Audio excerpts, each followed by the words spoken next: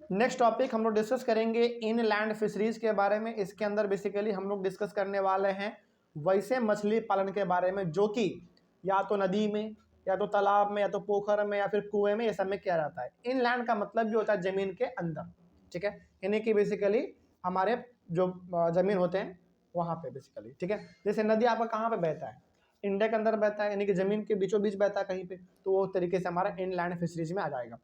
तो fresh water resources include canals, ponds and rivers. तो basically fresh water जो आपको जहाँ पे मिलता है वो आपका कहाँ से मिलता है, तो कैनल से, तो पॉन्ड से, तो नदी से। और यहाँ पे भी मछली का पालन किया जाता है, वहाँ से मछली हम लोग प्राप्त हो सकता है।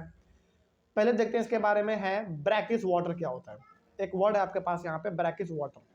इसमें कहा गया है place where sea water and fresh water mix together are known as brackish water.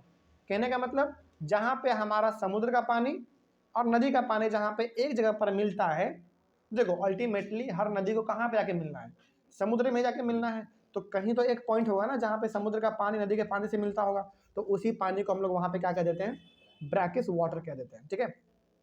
Example है आपके पास, examples of brackish water are estuaries and lagoons. Basically ये ऐसे दो बेसिकली क्या कह सकते हैं उसको, ये दो ऐसे इसको ना एक तरीके से आप स्ट्रक्चर समझो, यानी कि एस्चुरीज और लगून्स ये ऐसे दो स्ट्रक्चर हैं जो बनते हैं कब, जब समुद्र का पानी नदी के पानी से मिलता है, उस समय पे ये दो ऐसा फॉर्म हमारा तैयार होता है।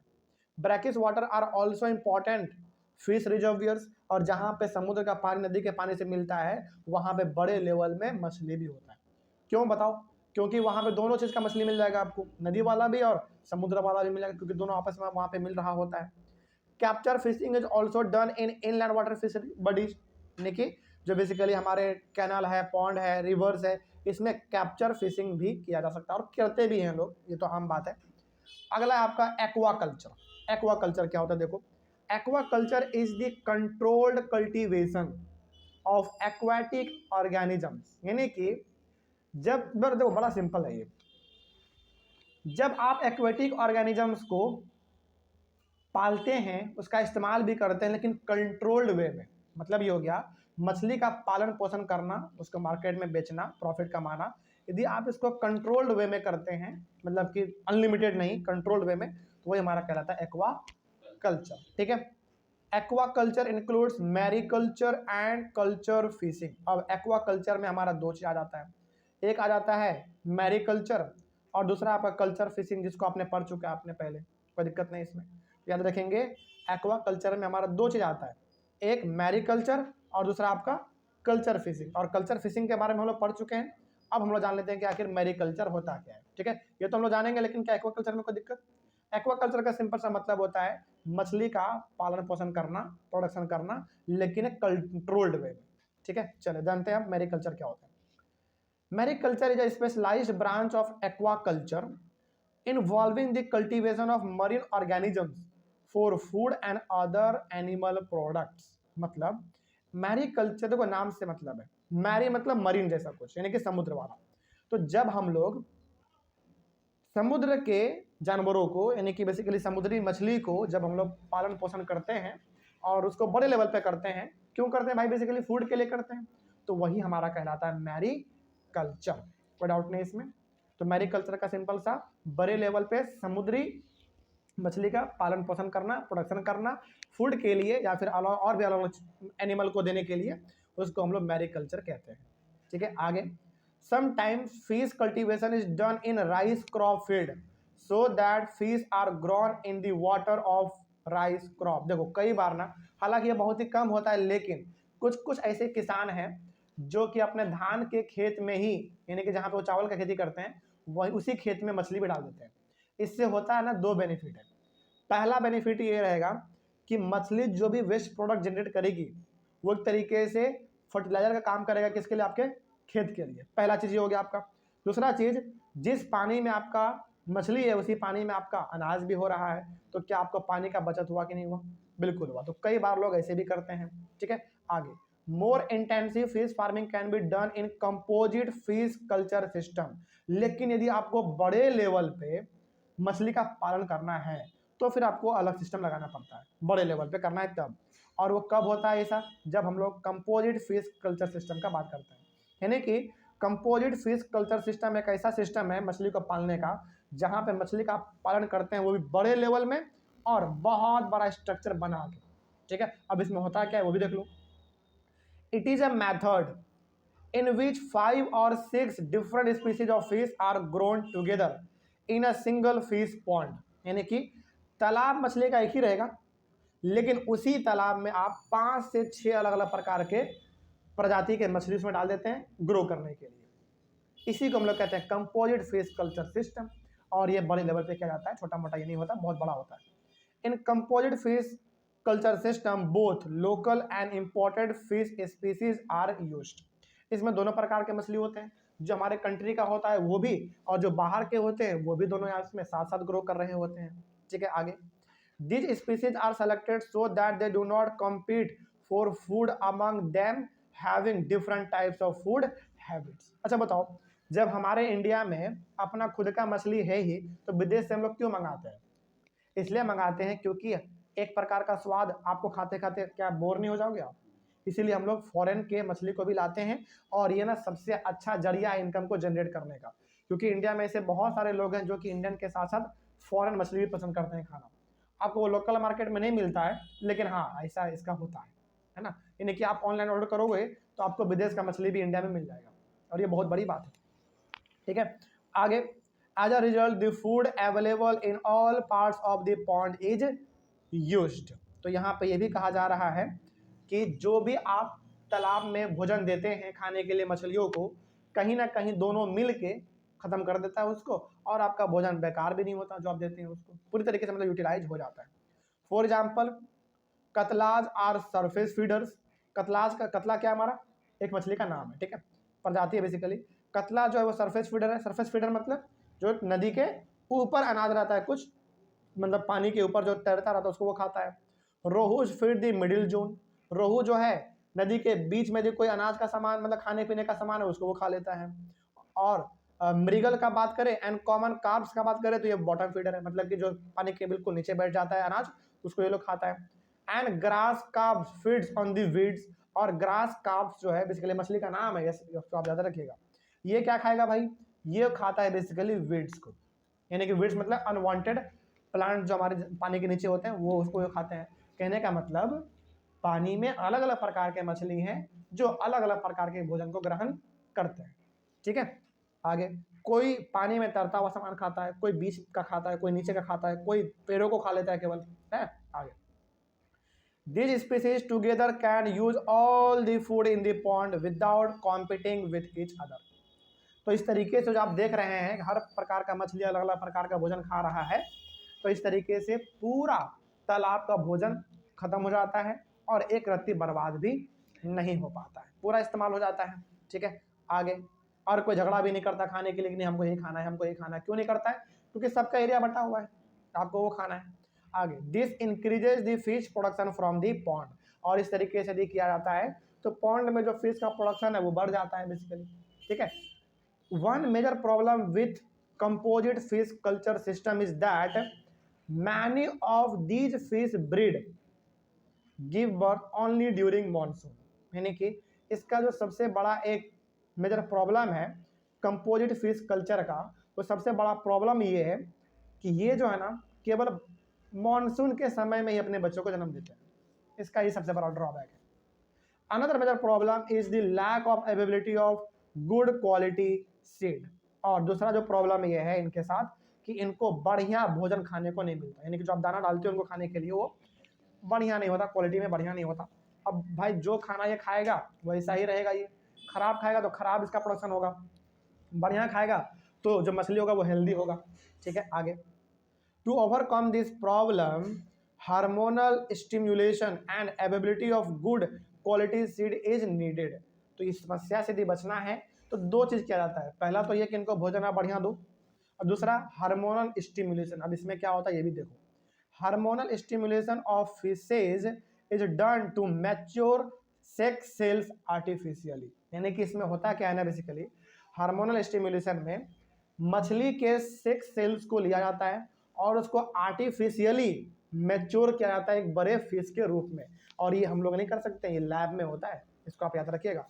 इसमें बेसिकली दो मछली के फिश मतलब कि उसको सेल को लेते हैं, सेक्स सेल्स को, और दोनों को आपस में रिप्रोड्यूस करवा देते हैं लैब में। ठीक है, हम चाहेंगे कि अपने घर में हो जाए, ये घर में नहीं हो सकता, ये लैब में होता है। तो इस तरीके से हमारा मछली का भी टॉपिक खत्म हुआ। अगला है आपका बी कीपिंग। बी का मतलब सिंपल सा होता है मधुमक्खी। तो मधुमक्खी का किस तरीके से हम लोग पालन पोषण करते हैं उसके बारे में देख लेते हैं।